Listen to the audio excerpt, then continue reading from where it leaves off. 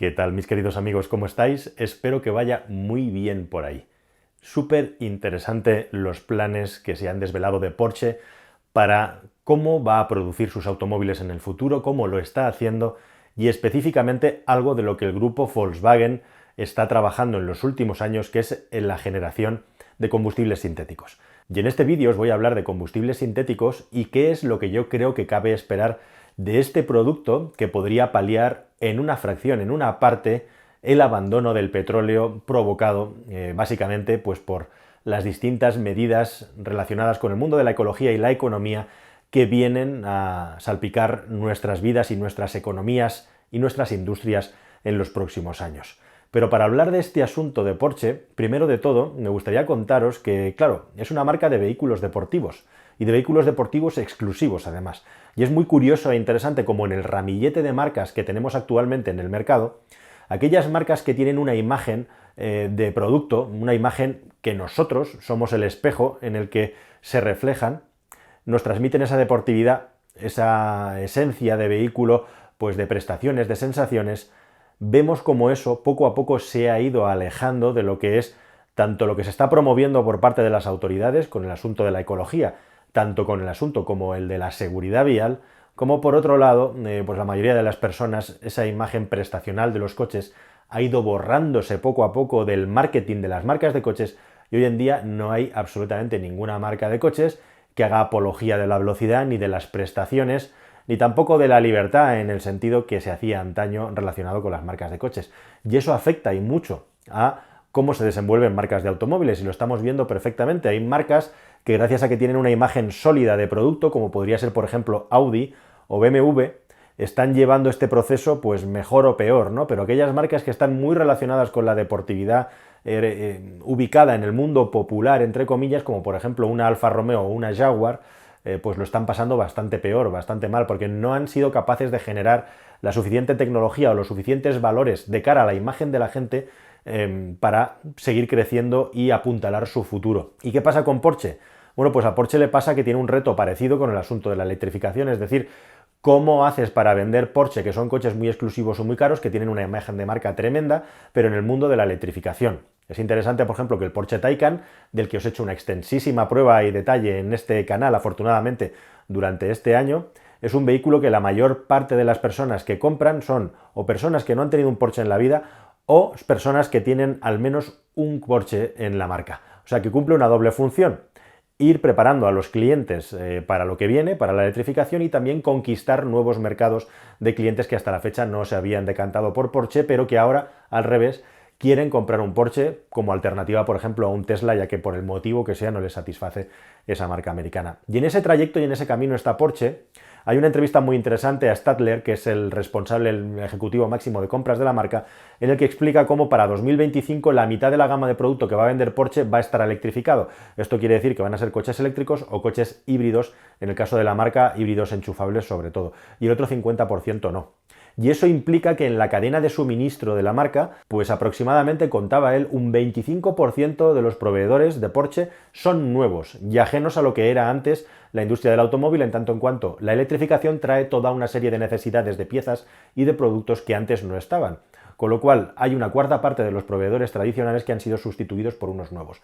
Y luego de ese 75% que queda, contaba que aproximadamente el 30% han tenido que ir cambiando su portfolio de productos, que es lo que le ofrecen a la marca para poder seguir siendo proveedor de Porsche. Esto lo podemos extrapolar a cualquier otra marca de automóviles para ver cómo esto impacta y muy duramente a lo que es la industria auxiliar del automóvil, que es la primera que está sufriendo esta crisis, este cambio, tomando la palabra crisis al estilo oriental, cambio o oportunidad que está viendo en el mercado. El que no se adapta desaparece. Pero la otra gran cuestión que nos ha venido hasta aquí y hasta este vídeo, al margen de estos datos interesantes sobre los proveedores, es volver a esta reflexión del principio sobre cómo una marca como Porsche puede afectarle y debe afrontar este cambio de la electrificación, teniendo en cuenta que muchos de sus clientes son amantes de los vehículos de combustión, del ruido y del sonido que hacen sus motores maravillosos Boxer, de las prestaciones, sensaciones, vibraciones auditivas y también físicas que transmite un motor de combustión. La misma Porsche declaraba que este 911 actual, por ejemplo, no es un vehículo que esté preparado para ser puramente eléctrico. Y si os fijáis haciendo esta reflexión, y esto no solamente vale para Porsche, vale para todos aquellos amantes de los automóviles del futuro, imaginad un futuro en el que el petróleo está altísimamente grabado o directamente prohibido para circular por muchos sitios por las emisiones de CO2 y otras partículas contaminantes que emite, ¿no? Entonces, imagina que llega el momento en el que Porsche de repente deja de vender automóviles porque los coches que valen tanto dinero de la marca, pasado mañana no los vas a poder conducir por el hecho de ser vehículos de combustión, aunque estés dispuesto a pagar el dinero que valen, ¿no? Eso sería un cataclismo para Porsche. Y es ahí donde los combustibles sintéticos pueden jugar un papel muy importante, también para otras muchas cosas, para otras muchas ideas que os voy a dar aquí en este vídeo, pero sobre todo también para una marca premium como Porsche. Y Porsche justamente, al margen de que Audi ya, por ejemplo, en Suiza tiene un proyecto parecido, Porsche acaba de apostar por invertir en un proyecto muy importante en el que ha puesto 20 millones de euros encima de la mesa, que se complementan con otros casi 9 millones que pone el Estado alemán para un proyecto piloto que van a desarrollar en el sur de Chile, en la parte más remota y salvaje, más antártida del país, en el que hay unas condiciones climáticas muy especiales para poder generar combustibles sintéticos. Pero para hablar de los combustibles sintéticos, primero de todo te tengo que contar una historia, y me tengo que ir a la Segunda Guerra Mundial e incluso antes de la Segunda Guerra Mundial. Buscando coche nuevo, entra en carwow.es y mi equipo te ayudará a encontrarlo y conseguir el mejor precio. Entra en carwow.es, compara y te damos el mejor precio para tu próximo coche. En esos tiempos previos a la Segunda Guerra Mundial, en el año 31, y hasta el 44, Alemania se convirtió en el gran precursor de la generación de combustibles sintéticos por una pura cuestión de necesidad, porque no podía controlar mucho el petróleo que había en el mundo, era Estados Unidos quien lo controlaba y tenía que armar su industria bélica. ¿Cómo lo hacía para generar petróleo los alemanes? Pues básicamente lo hacían a través del talento de sus investigadores científicos. El primero de ellos, Bergius, fue la primera persona, se llevó el premio Nobel de la física por ello, por crear el ecosistema, digamos, técnico-científico como para poder producir directamente combustibles a partir del carbón.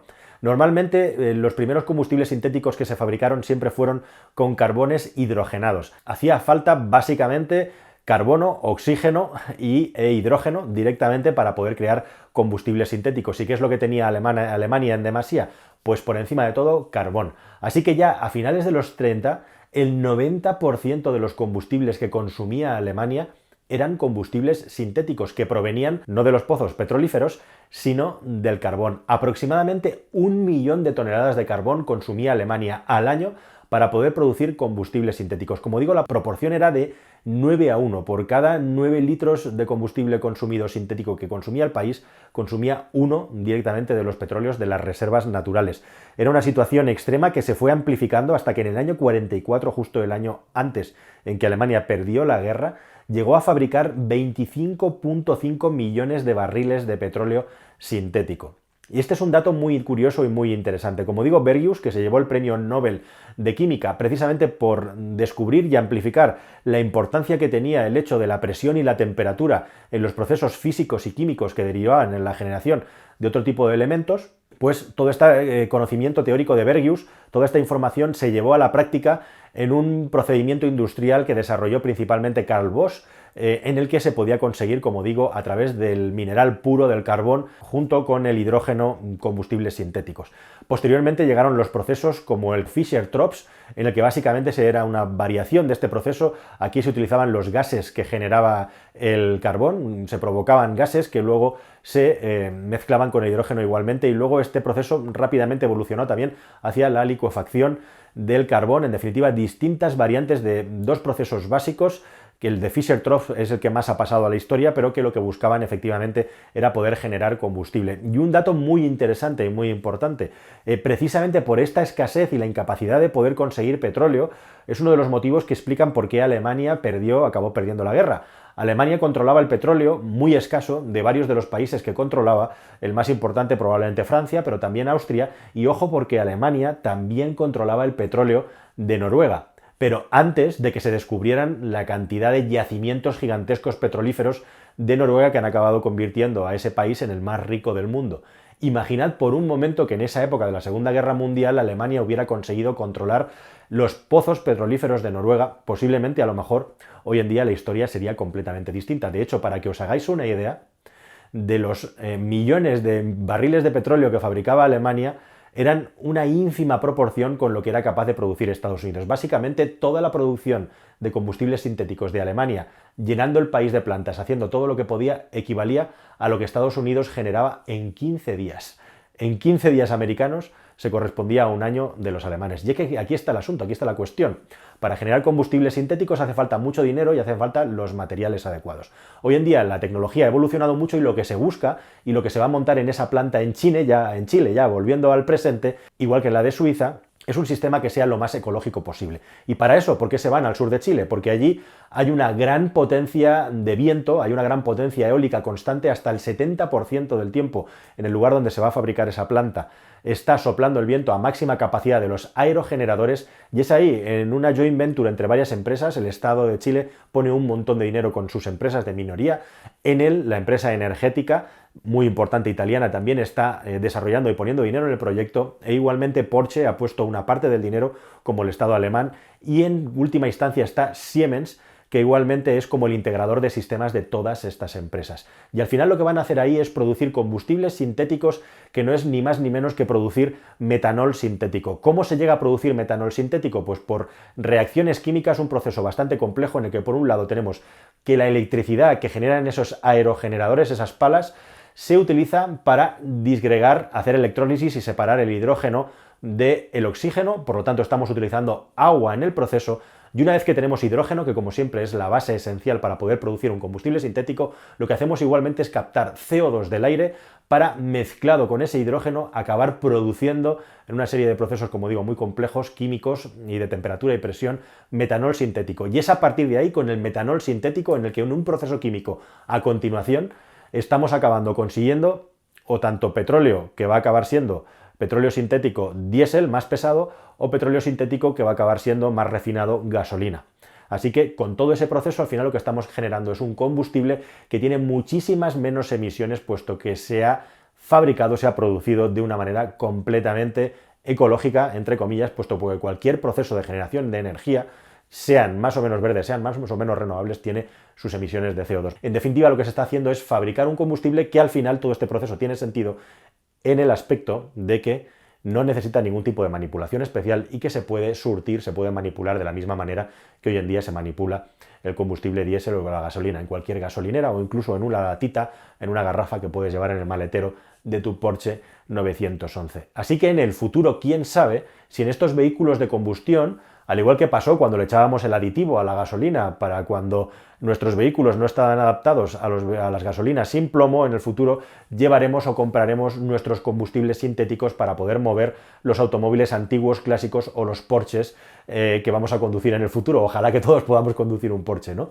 Lo cierto es que Porsche en este procedimiento, en este proyecto, va a aportar no solamente dinero, sino que también va a ser el cliente de lo que resulte ahí. Y ese combustible, a partir de 2022, dentro de nada ya, se va a empezar a utilizar en competición. Hay un escalado en el aumento de la producción, empezarán usándolo en competición, inmediatamente también en los centros de conducción de Porsche que hay repartidos por todo el mundo. Los coches que se utilicen en esos centros van a empezar a alimentarse también de estos combustibles sintéticos.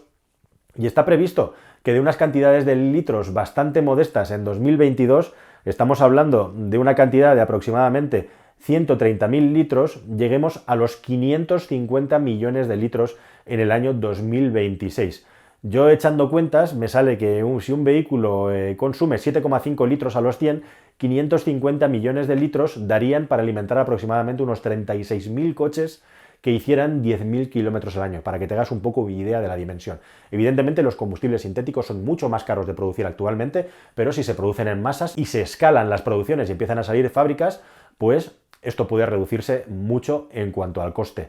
E igualmente también os digo que llegados a este punto, yo no entiendo que como en un país como en España no tenemos ni un solo proyecto de este tipo para producir combustibles sintéticos, experimentar e investigar con la cantidad de excedentes de materia prima que tenemos en el país renovable e incluso también de residuos de los propios procesos ecológicos que hay en nuestro país, como es la vendimia, por ejemplo. En fin, hay montones de maneras posibles en las que podemos llegar a generar combustibles de una base biológica, que sean residuos y que no impliquen consumir más agua de la que ya se consume, ni hacer agriculturas extensivas que sean negativas para el medio ambiente de rebote, e igualmente también, por supuesto, utilizar el potencial tremendo de renovables que tenemos en cuanto a viento y en cuanto a sol. Y una última reflexión igualmente, si estábamos hablando en un vídeo anterior de que los coches eléctricos, los ciudadanos nos movemos 35, 40, 45 kilómetros al día de media, y eso lo puede cubrir una batería pequeña, que eso sería mucho más eficiente desde el punto de vista energético, ¿por qué no pensar también en un vehículo con un motor generador que en el futuro se pueda alimentar de uno de estos combustibles sintéticos para que cuando viajemos podamos recargar las baterías con este sistema, que es igual o más ecológico e incluso menos costoso que llenar el país de puntos de carga eléctricos que valen un dineral de construir, y veremos quién paga eso? Bueno, pues sería una idea también estupenda, que pudiéramos llevar nuestra garrafita de 20 o 30 litros y rellenarla solamente cuando hiciéramos más de 40, 50 kilómetros, 60 en un viaje, que es lo que nos da hoy en día un híbrido enchufable. Nada más, queridos amigos, espero que todas estas informaciones y reflexiones os hayan parecido interesantes. Dadme vuestra opinión, cómo lo veis vosotros. ¿Os parecen interesantes estas ideas? ¿Os gustaría que hubiera un centro de estos en España? A mí muchísimo. Nos vemos en un siguiente vídeo, que espero que sea más y mejor. Hasta luego, amigos. Adiós.